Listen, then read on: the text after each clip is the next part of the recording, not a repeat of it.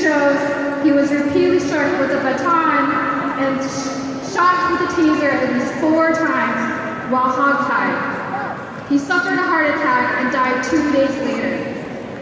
Alfonso Martinez Sanchez, father of 5, who had been living in the United States for more than 20 years, was deported to Tijuana. Hoping to be reunited with his family in Vista, he died in the Arizona desert during his 4th attempt to cross the border.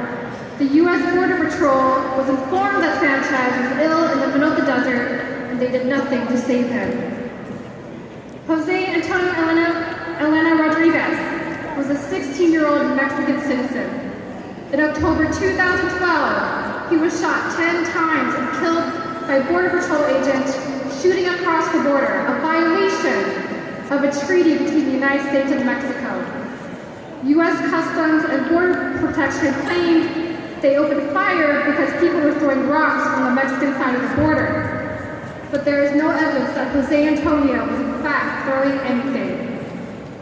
What do these heartbreaking stories and so many other stories have in common? Their voices were heard and they received national attention thanks to John Carlos Frey, an Emmy Award-winning investigative journalist and filmmaker based in Los Angeles, who has dedicated his work and life to exposing human rights violations in the border region.